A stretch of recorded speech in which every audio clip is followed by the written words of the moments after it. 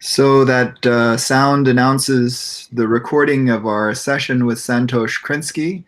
Santosh is a longtime devotee, very much connected through Madhav Pandit, MP Pandit, and has a long history of work not only in understanding the yoga from within, but being involved with the business side as well. And our history goes back perhaps to 1973, 74. Mhm. I imported Oroshika incense when Nata and Maggie were making that, and one of my first big customers was Santosh, and he was ended up with Lotus Light and an extraordinary warehouse dealing with Blue Pearl and I think Dr. Hauschka and Ayurvedic products. And so really the gamut of health and wellness and all of the things that we appreciate. I was going to say after our last session, the hippies were right, is one of my favorite headlines. The idea of eating things that were brown, I think, was Robert Lawler's little rule of thumb 50 years ago in South Otselic, New York. So Santosh has really been a quiet but profound influencer in the yoga. Because of his work in publications, he even took over a New Leaf distribution, a national book distribution agency, and has over many, many years made the works of MP Pandit and then done US editions of Sri Aurobindo's major works with a beautiful embossed signature, really beautifully presented efforts and using photographs and making things aesthetically appealing. And I think this is, always part of the integral yoga. It's not enough just to say, here's the secret of the Veda, but to make people want to pick it up and look inside, at least as best as we can. And to continue building bridges between the world of Ayurveda and Vasant Lad, people who are, significant in their field and have a great amount of respect that the wider community offers, and to also see that Sri Aurobindo and Mother in the Vision of Oroville are there and contributing. And so we owe a great deal to Santosh and his quiet way of being. And now I see he's doing a daily blog. So just the karma yoga of that, Santosh, I, excuse me, very much appreciate.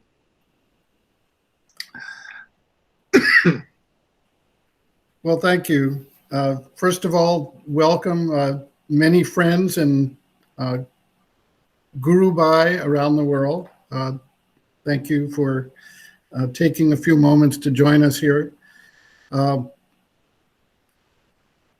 I guess we should start with a chant for collective illumination. Om Sahana Vavatu Sahano Bhunaktu Sahaviryam Karavavahai Tejasvinavadhetamastu Ma Vidvishavahai. Om Shanti Shanti Shanti. So that chant from the Upanishads basically says that together may we learn and grow and have the strength to carry forward in our spiritual aspirations. And I think that's what everybody here is concerned about. It's interesting. 50 years ago, I was introduced to Sri Aurobindo's Life Divine. And at that time, I was on an active spiritual quest. And when I opened the book, I immediately knew that this was something that was very real and present to me. And so I started reading everything I could get my hands on about and by Sri Aurobindo. I was living in Germany, and there was a bookstore nearby called Middle Earth, and they had all the writings of Sri Aurobindo there, and I had no money, so I would go to the bookstore and sit there on a futon and read the books every day. And they would start bringing me herb tea, and I would sit there and drink herb tea and read books and not buy very much of anything. If I got a couple of marks, I'd buy a package of incense once in a while. And it was a powerful influence in my life at that time. When I was living at the ashram in 1973, I took up a study there of several things. First, I started to work with a man called Sri Vinayak, who was one of the door guardians, if you will, of the ashram at the time. And we would study the secret of the Veda. And we went through and did a systematic research of every chapter of Secret of the Veda. We would extract excerpts, information, commentary, and then he would chant the relevant Vedic chants, and I would do the translation. We actually recorded all of these things, and it took me 48 years. I just started a few weeks ago actually publishing some of those because I found out how to do it and had the tools with the internet to do it. And the other thing I started doing there was studying Savitri in detail. And the realization that I had there is what's carried through into this blogging process. I'm relatively fluent with the English language. I'm very facile with it. But in reading it, I thought to really understand Savitri, I need to have not just an understanding of the words, but a real sense of the mood and the energy being conveyed through the words. And so I started with the very first canto and kept going. It was the hour before the gods awake. And I took every word and parsed it. I looked things up in the dictionary and really tried to imbibe not just the outer meaning, but the energy that that particular word conveyed. And I had an interesting experience when I got to a certain part of the first canto that you get this place where everything is so dark and so dense and so almost hopeless. And then I felt within me, in my heart, just this spark of light. And the next line was, a hope stole in that hardly dared to be amid the night's forlorn indifference. And I realized that Sri Aurobindo was doing more than feeding the intellect. He was really moving the emotions, moving the soul, moving the heart in many, many ways through his use of the language and the medium that he was presenting. And that started me down a new line of approach because I realized that I, for one, and maybe others, were reading these things intellectually. And we could parrot back quotes about the supramental manifestation and all these other things, but it wasn't really internalized to us. It wasn't real to us. And so 12 years ago, I started the blogging process with the idea of slowing it down, taking it one page a day, and really not just intellectually understanding it, but internalizing it, making it real within my life, bringing in any feelings, associations, random thoughts, whatever it was, into that page that day. And then adding a brief commentary and then putting the citation forward of where it came from. And I started with the Life Divine and went page by page. And at about a page a day, it took about 3 years. And I realized there was so much more in the Life Divine than I had ever realized. There are discussions of questions and thoughts and ideas and concerns and spiritual development and the significance of life. And we all get the big headline statements, but all the commentary and thoughts and ideas along the way, all the energy along the way, we seem to miss. And so that really triggered a process that's now gone on almost every single day for 12 years as I've gone through one work after the next. And then I realized after I'd finished the Life Divine and was starting on the next one, I realized one day I woke up and said, I'm a publisher. I have Lotus Press. So I had all this material and I copied it all into Word and gave it to the publishing department, and we started publishing books. So then I thought, well, why should I do all this extra work? Every day when I create the post, let's just copy it into Word, keep a Word file open on my desktop all the time. And when the blog of that particular book is completed, turn it over to graphics the next day. So we've moved the publishing process along. In the meantime, ebooks have come out and the internet has developed. And I have to say around the world right now, there's probably 18 to 20,000 people who follow the blog. And they're all over the place. They're all over the world. And I get interesting comments back. People really appreciate that. One comment I got back is, why aren't you just quoting Sri Aurobindo? And why are you putting all these comments in there? And I wrote back and said, well, that's not the purpose of it. And if, I encourage you to read Sri Aurobindo. I put a specific reference there. And please go there and do that if that's what you want to do. That's perfect. Wonderful. But the purpose of the blog is to really have us grapple with it in a really intense daily way with the real deeper understanding that we bring to it, not just read it and parrot it back, but actually make it real to ourselves in a way that you don't get from just reading something.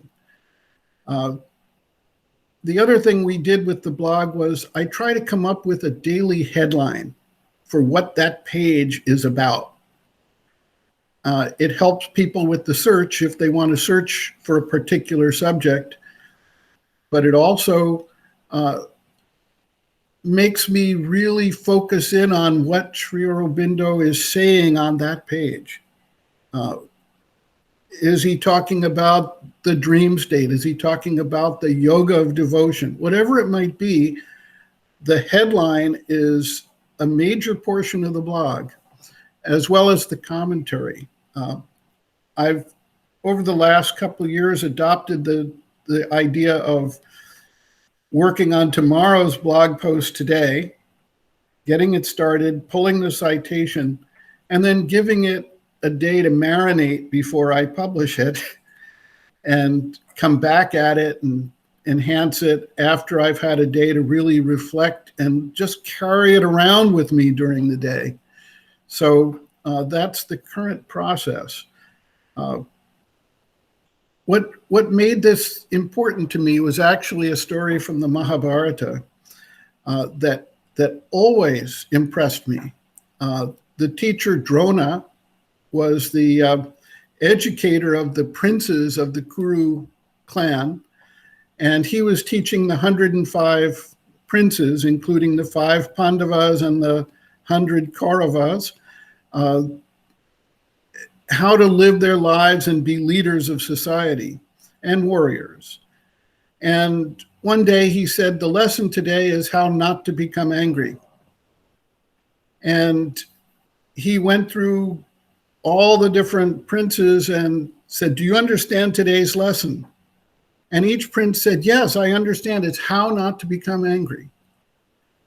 And he got to Yudhishthira, who was the future emperor. And Yudhishthira said, well, no, I don't think I quite understand this yet. And Drona came back the next day with the same question, said, today's lesson is how not to become angry. And the same thing happened. And on the third day, he brought it back again, and the same thing happened again. And he said, what kind of a dunce are you? And he slapped Yudhishthira, the future emperor, and said, why don't you understand this? Everyone else understands this. And Yudhishthira then said, I now understand it. And the reason he understood it was that, first of all, it was a sentence of death to Drona. If the future emperor had been struck by him, Yudhishthira could have had him executed. And you just don't do that.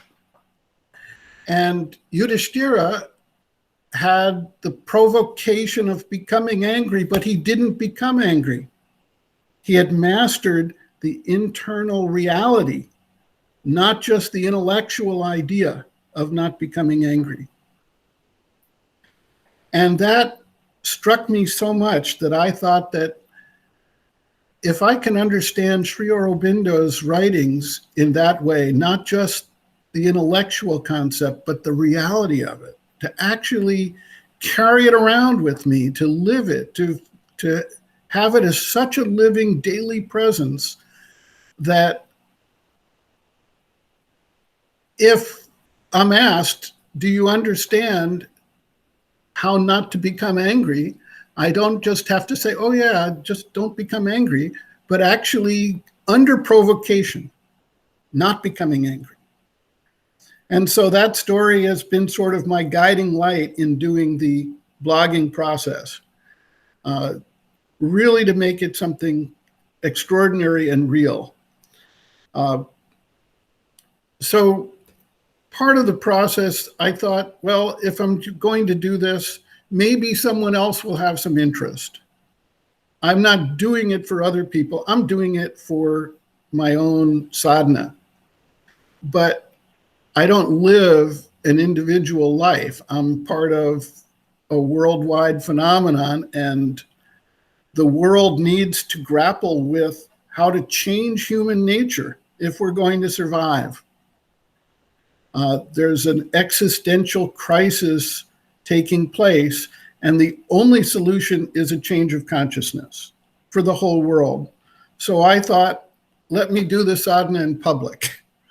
And if anybody's interested, they can participate to the extent that it's of interest and value to them. And so I started putting it out, not just on WordPress where the blogging takes place, but they have some tools to automatically put it out to Facebook and LinkedIn and Twitter. And pretty soon it was going out through all those venues, and it became a thing. I mean, I have a Sri Aurobindo's writings page on Facebook that's got over 17,000 followers on it now.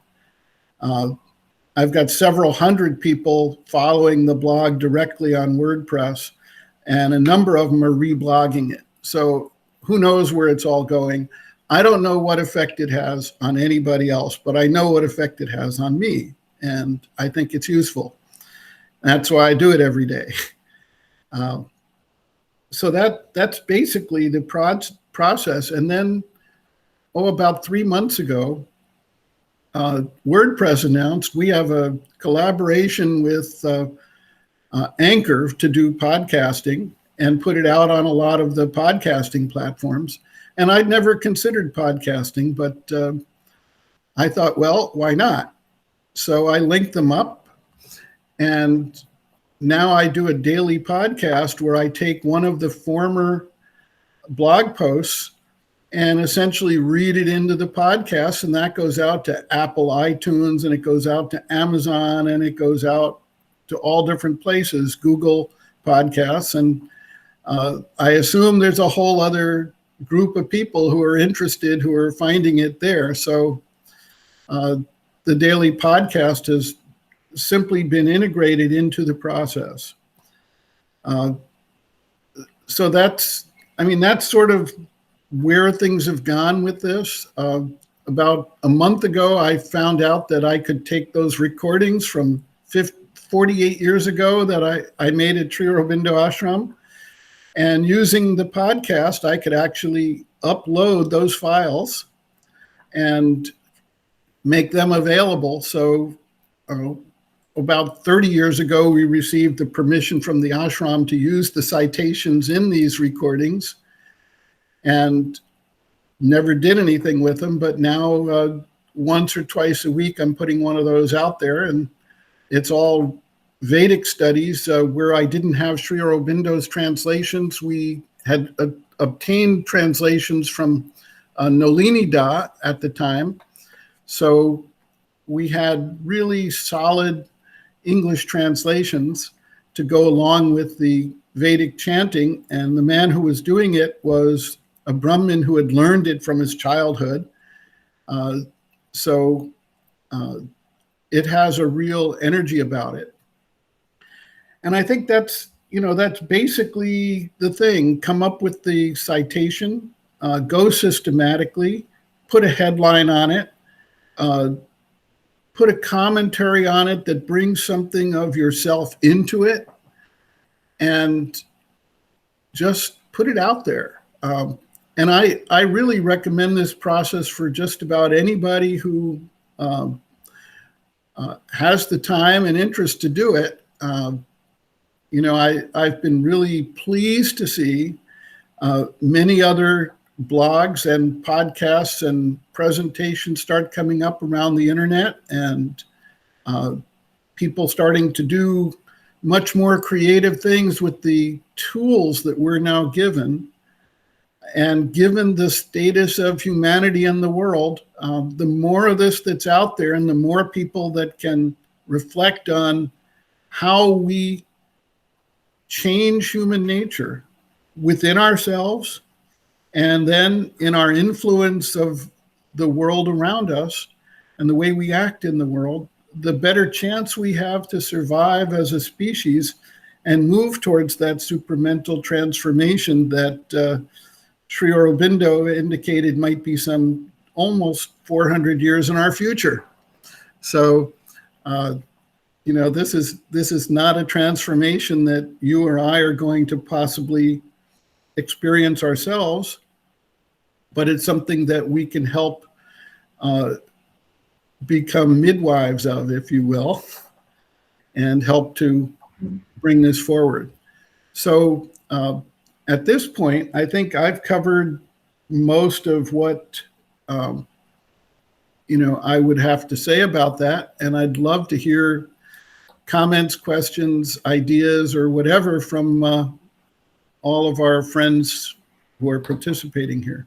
I put a link to your blog in the chat, so those of you who can either go back to the original email that I sent out about the conference, or you can click on that link right now, and it should open up Santosh's Sri Aurobindo Studies WordPress site.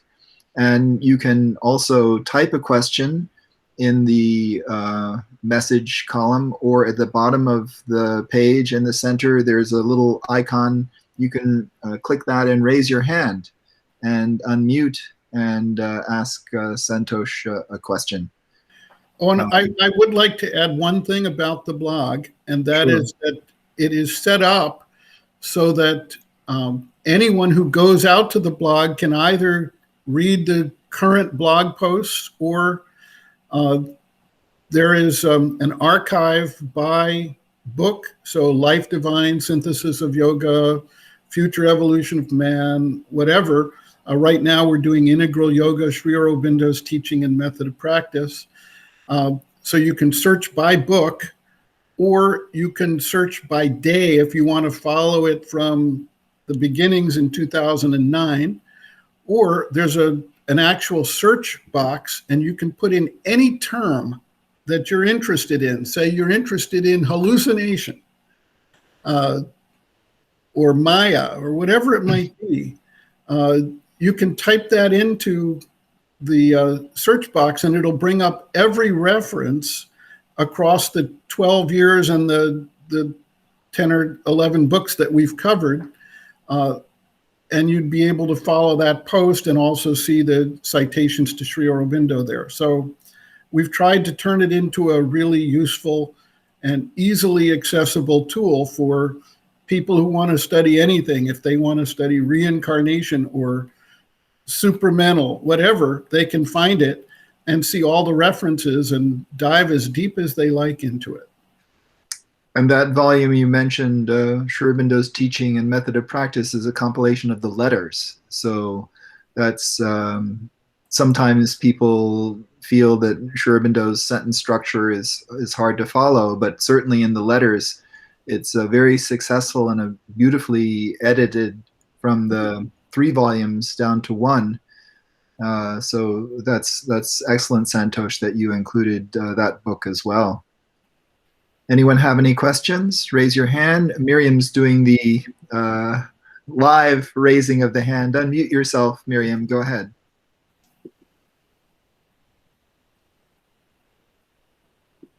You have to unmute yourself. It's at the bottom of the screen. Little microphone icon. There you are. There we are. Okay, well, I want to first of all say hello to everyone on this call, to the newly married Matteo, and some dear friends, Brian and Fanu, I see you, and Tomas. So, and of course, Santosh. So thank you so much, Santosh, for this. In fact, the New York Study Circle, of which I'm a member, and of course, most of it has been virtual over the past year or so, we are studying at the moment the secrets of the Vedas. Mm-hmm. And so I'm going to let all the members, women, know about this. Is there any other reference that would be easy for us to find that you've done commentary on? I love this idea. How can we hear the chanting and Nolini's translations into English from that? Well, the easiest place right now is to go to either the podcast. Okay. Or which is what? Julian, could you put the podcast in the chat? I mean, you've put down the WordPress, but maybe the podcast also. Or if you go to my own Facebook page, whenever I publish that, I put the podcast up there on that page for sure. And I've got 4 or 5 out there so far. I haven't started putting up the chapter by chapter commentary of Secret of the Veda. I've been working on some specialized focus chants like Hymn to the Dawn and Hymn to Creation and the Purusha Sukta, Ratri Sukta, etc. So the rest will start soon. I didn't want to overwhelm everybody with all that Secret of the Vedas. Bring it on at this moment. There's no point in waiting. And the other thing is, since I have the mic, I want to just give a shout out to Martha. I was only able to hear part of her talk yesterday on offering and sacrifice.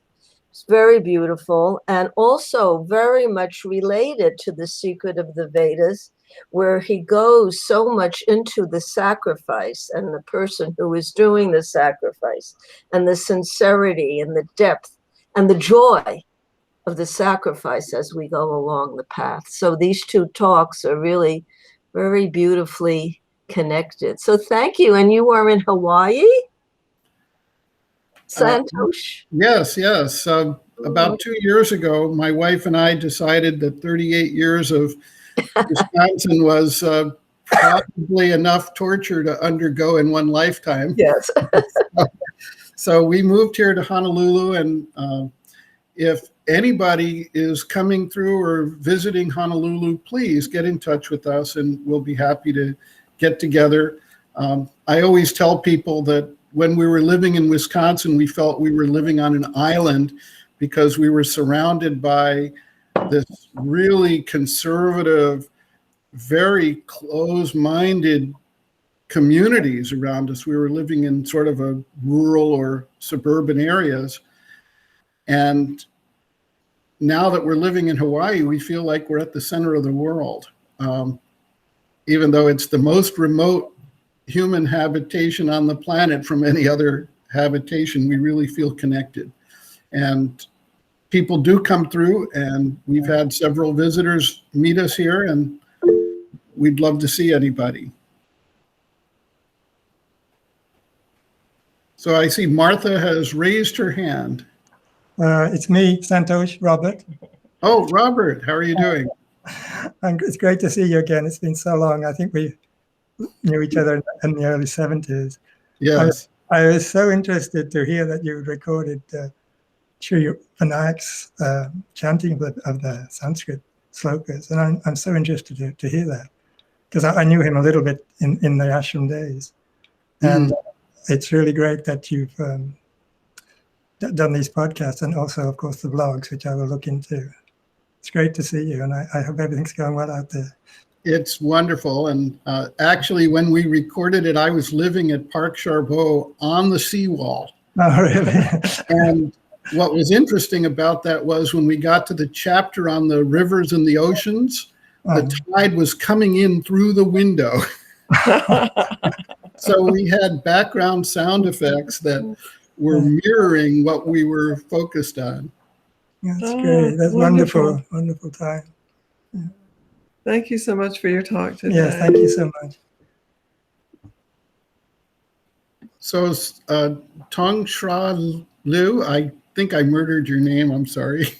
But please unmute and ask your question or make your comment. There you go. Yeah. Santosh, thank you. I'm Tong, based in Amsterdam. I'm Chinese. I'm 28 years old. I just introduced myself a little bit before, but yet I don't know you. That's why I want to especially thank you, because when I started integral yoga 18 years ago, 15 years ago, that the first books that I bought was from Lotus Press. So very precious. And the book always arriving on time. I was surprised I could buy this book from America. At that time, I didn't know ashram. I didn't know all the, so that I want to thank you personally. I thought it was Indian people behind it, but now I saw the person. And so thank you. Because Lotus Press, I thought maybe devotees of Indians went to America, opened up this publishing house. And secondly, I really resonated with me around what you are saying when we read Sri Aurobindo, not only through the intellectual mind, but really energy. And I'm now also reading his book from embodied sense. The energy reaches from our body also, not only the mind and the heart, the body and soul, both. My question is to you is, I have been also thinking of rereading, re-experiencing all the books one by one, like you're doing. What I did was I translate to Chinese, because Chinese is more my mother tongue. And I started yoga through English. So my Western personality was engaging with that. But till my 25th, I was speaking Chinese. So now my Chinese part need to internalize. So my method is translating into Chinese every day, one page, and then start to feel. Am I interested in how that process of every day, what do you do in that one page? You use one page, you read, you study, you contemplate it, and you relate to your daily life. I want to hear more about how you use that one page to engage with life in your sadhana, in everyday life. Sure. Well, basically, I start out and, I work Wisconsin hours here. So I'm generally in my office by between 3:30 and 4 in the morning. And so the first thing I do is take up the blog post and the podcast before I do anything else. And that's sort of like a morning meditation. I go systematically page by page, so whatever the next page is what I'm focused on for that period of time. I don't pick and choose things, and I don't randomly do it. It's a very systematic study. Like today's post was on the yoga of devotion, bhakti yoga. And the one I'm working on for tomorrow is basically about the relationship of the devotee to the process of devotion and the experience of the divine presence. And so that's not particularly my path. I'm more of an intellectual person. I'm more mentally oriented. And so I had to put some serious time, if you will. More than anything else, I don't try to analyze these things. I just try to read the citation for the day, whatever that next page is. I copy it out into the blog so that I've got the citation there. I actually physically type it out. I don't try to cut and paste. And then I may not do anything with it for hours or until the next day before I post it. But I want to just let that sink in more than anything else. And throughout the day, and sometimes overnight while I'm sleeping, I'll wake up and suddenly some thought comes in that relates to that and becomes the blog post. So it's a very organic process, not some kind of an intellectual exercise. I don't know what is going to come out until it comes out. And sometimes it's a story from the Upanishads or the Mahabharata. Sometimes it's a personal experience, although I don't talk about personal experiences. I'll say, well, some devotees have experienced such and such, because it's not about me. It's about the experience, and I don't want it to become about me. And that's really the way it is.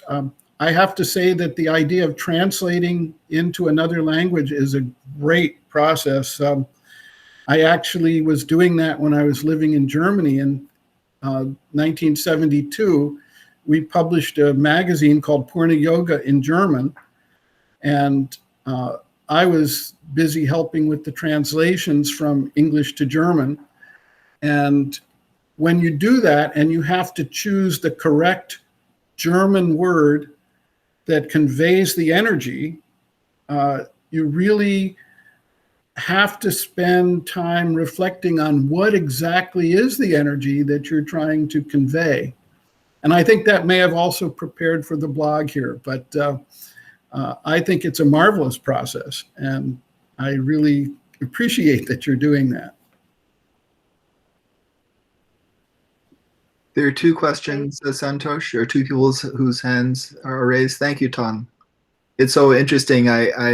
My little experience with that, Yvonne Artaud had done some early translations of Mother's French, and then there was the final version of her complete works, and Eric Hughes had compiled something on collective yoga. And I actually got to compare Yvonne's translations, which were a little different from the official translations. And in some places I thought, I don't think either of these got it right. I don't think it was a conceit. I really think it was my heart thinking Mother meant this. And I think that's an interesting dialogue, the internal dialogue that we have of, what is behind this?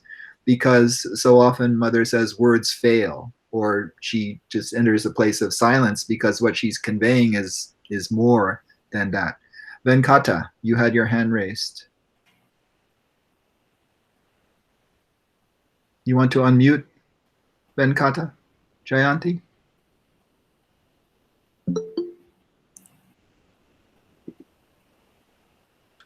Larry, maybe you go ahead if Venkata can't unmute. Excuse me. Thank you. Santosh, just a little trick of the yoga, if you will. You made the comment that Sri Aurobindo said, well, you know, this is 400 years down the road and none of us are going to live to see that, which basically means that what you are doing is aspiring to death. And obviously the whole thrust of this yoga is to aspire to eternal life. And as you sit there in your chair in Hawaii, you absolutely can aspire to physical transformation. You can aspire to the top of the mountain of Sri Aurobindo's yoga and not be burdened by this concept that I cannot do it because of where you are in space and time. I only present that as a suggestion to help all of us speed up our own personal evolution. I found that that has helped me kick myself in the rear many a time, and it may be practical for you as well to focus on who says that it has to be then. Sri Aurobindo himself said that the truth evolves, the truth changes. Nothing, it's always, there's not just one truth that everybody cracks the same nut in every lifetime. So just wanted to throw that out there for the group's consideration. And great to meet you all. Sorry, my camera is off. I don't know how to work this Google system. My camera is upside down and I haven't been able to figure out how to work that yet. Well, thank you. And I very much appreciate what you're saying. And I have to say for myself, I don't frankly worry about whether it's in this lifetime or some other lifetime or whatever. I just try to put one foot in front of the other every day, and live or die, it's not an issue to me, frankly. And so I was speaking about the 400 years sort of from a macro level of the transformation of humanity, where humanity is today and where the energy of humanity is, doesn't appear to be realistically an overnight transformation, even if specific individuals make the kind of extraordinary progress that you're speaking about. And I certainly support and appreciate that. So thank you. I was really intending more to speak of the macro climate of the existential crisis being solved through a change of human consciousness, not individual efforts or specific persons and their role. Yeah, no, I get what you're saying. By the way, thank you for all the incredibly wonderful work you're doing. And I think this yoga kind of emphasizes the fact that it's the realization of the individual which kind of lifts the collective.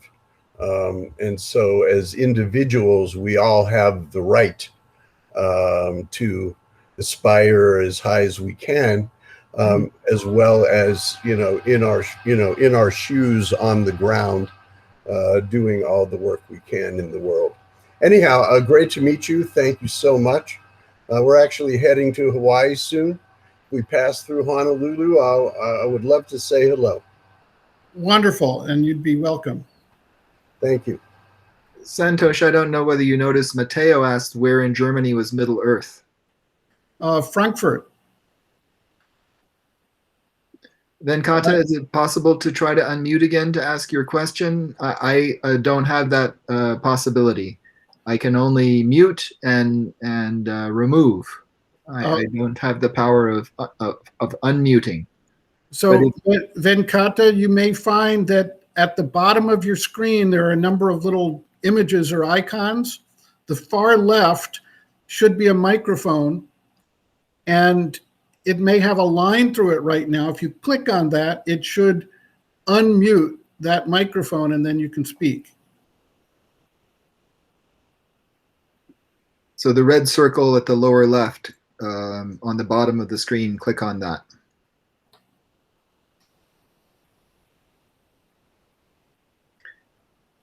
Any other questions in the meantime?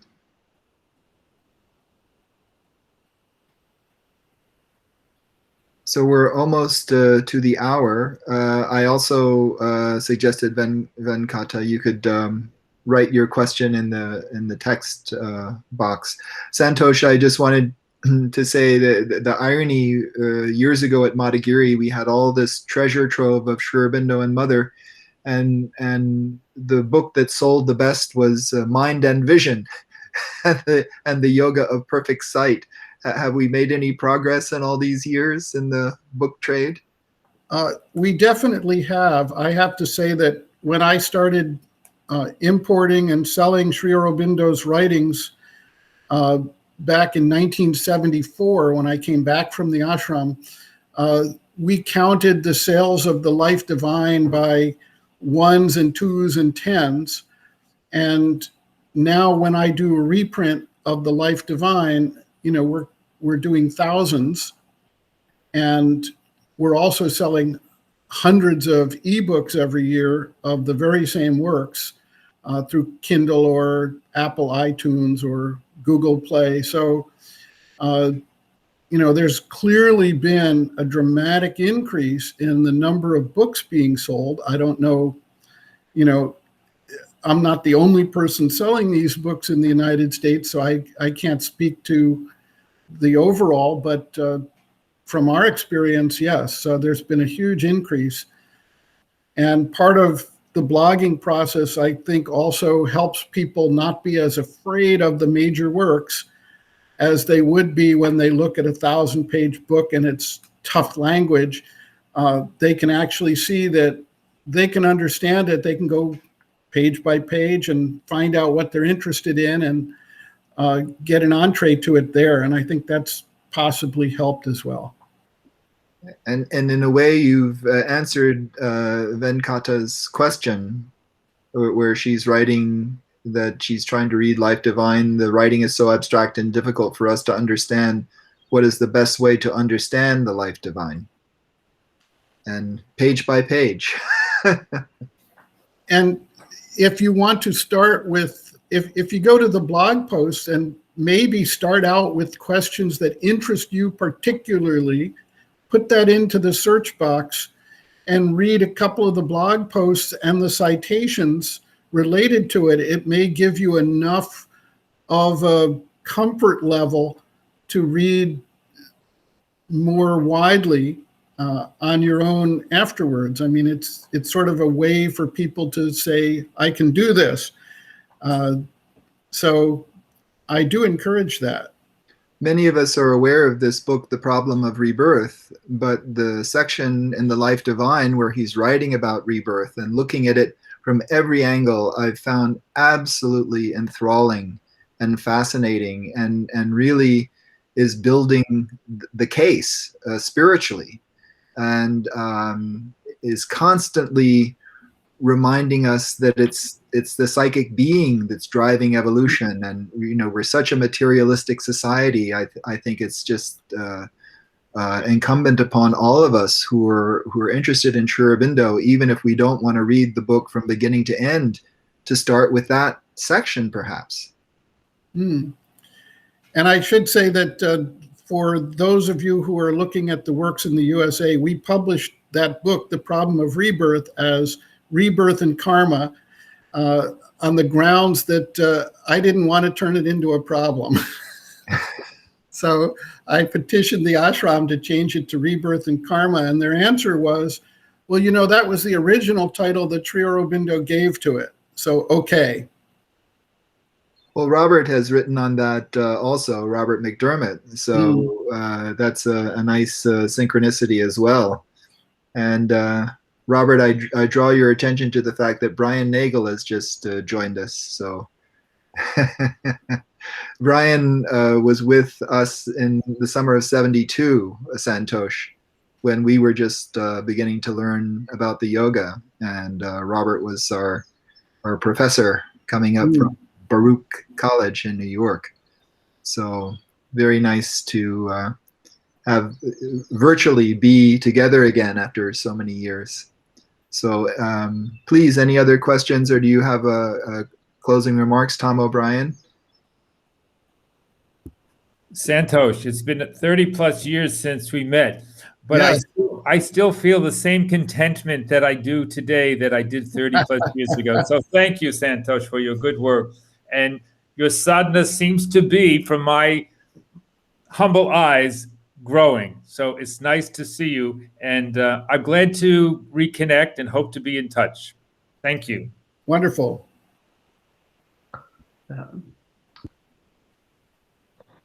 I have a question. It's Barbara. You can't see me, but shall I ask my question? Yeah, we hear you, Barbara. Go ahead. Oh, great, great. It's going to be a rather mundane one, but nevertheless, there's different versions or publications of like the Life Divine. So if I put in page 214, will it be 214, for example, on the one that on your blog post? That's a really good question, actually. When we started this 12 years ago, we realized that there were all these different printings and editions. And so we decided, since we're located in the United States, we would use the US editions as the standard. And that was exactly the same as the then current Indian editions.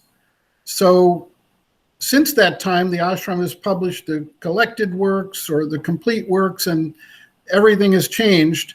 But if you use the US edition, it'll give you the page number. Otherwise, the citation that we put in gives you the chapter.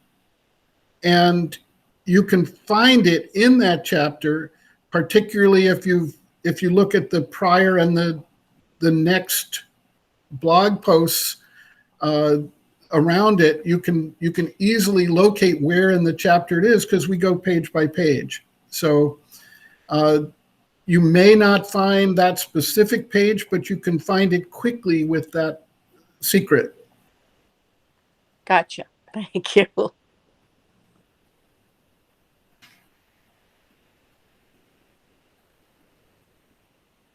So And again, I wanted to give a quick shout out to Robert McDermott.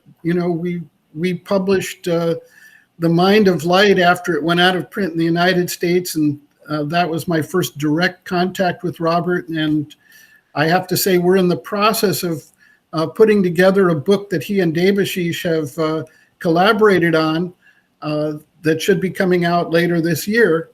And I think it was on the Wisdom Goddess, right?